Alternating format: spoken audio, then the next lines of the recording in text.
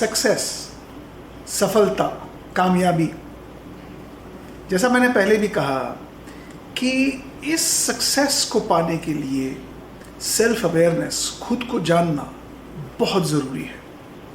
हम अपने आप को बिना जाने कभी भी जीवन में सफल नहीं हो सकते। हम अपने आसपास को तो बहुत अच्छी तरह जान जाते हैं, लेकिन कभी कभी अपने आप को बिना जाने जब हम बाहर कुछ काम करना शुरू कर देते हैं, अपने व्यक्तित्व को समझे बगैर हम बाहर कुछ नई चीज़ें शुरू कर देते हैं, तो हमें सफलता या सक्सेस हाथ नहीं लगता और बाद में हम बहुत पछताते हैं। इसलिए बहुत ज़रूरी है अपने आप को जानना। इसलिए मैंने कहा कि सेल्फ अवेयरनेस बहुत ज़रूरी है एक सक्सेस या सफलता या कामयाबी को अचीव करने के लिए। सेल्फ अवेयरनेस में हमें ये समझने की आवश्यकता है कि हमारा व्यक्तित्व कैसा है। अब बहुत प्रकार के व्यक्तित्व होते हैं। कोई हताशावादी व्यक्तित्व है, कोई निराशावादी व्यक्तित्व है, कोई आशावादी व्यक्तित्व है या कोई संभावनावादी व्यक्तित्व है।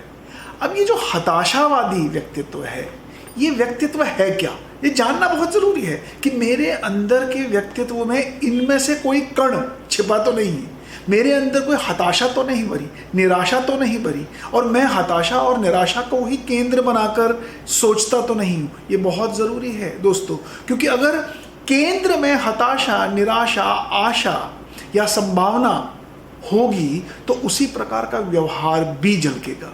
तो इसलिए ये जानना ज़रूरी है कि ये हताशावादी, निराशावादी, आशावादी और संभावनावादी ये चीज़ें हैं क्या, किस प्रकार का व्यक्तित्व है हताशावादी। अब एक हताशावादी व्यक्ति क्या होगा, वो हर परिस्थिति में हताश फील करता है, वो हर परिस्थिति को कोसता है, वो हर परिस्थिति को अपने विरुद्ध देखता है।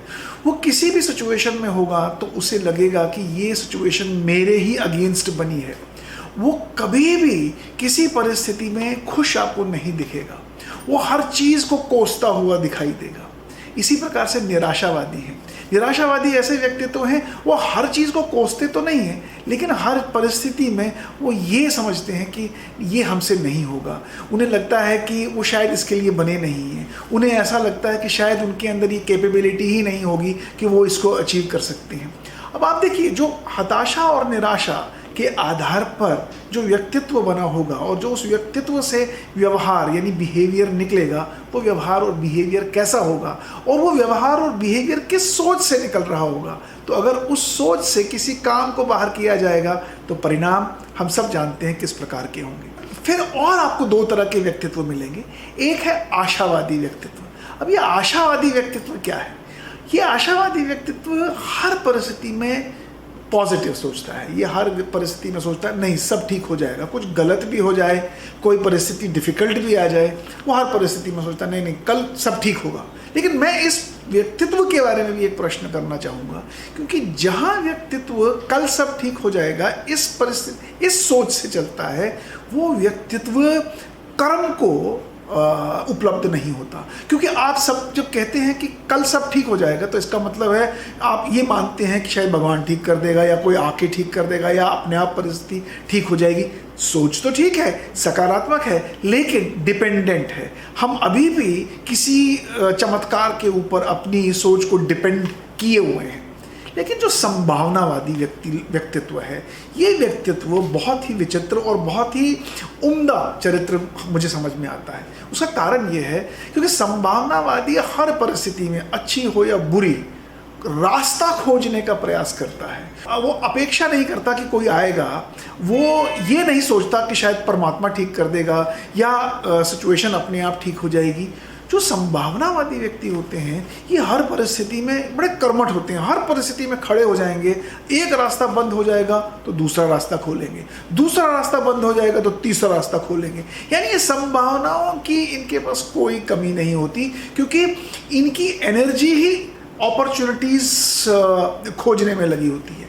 यानी जहाँ आपको प्रॉब्लम में अपॉर्चुनिटी दिखे, यानी ये ऐसा व्यक्तित्व है जहां कहीं पे भी कोई समस्या हो तो उसमें इनको अपॉर्चुनिटी दिखती है। लेकिन जो निराशावादी लोग हैं उन्हें कोई भी अपॉर्चुनिटी मिल जाए वो उसमें कोई ना कोई समस्या देखते हैं।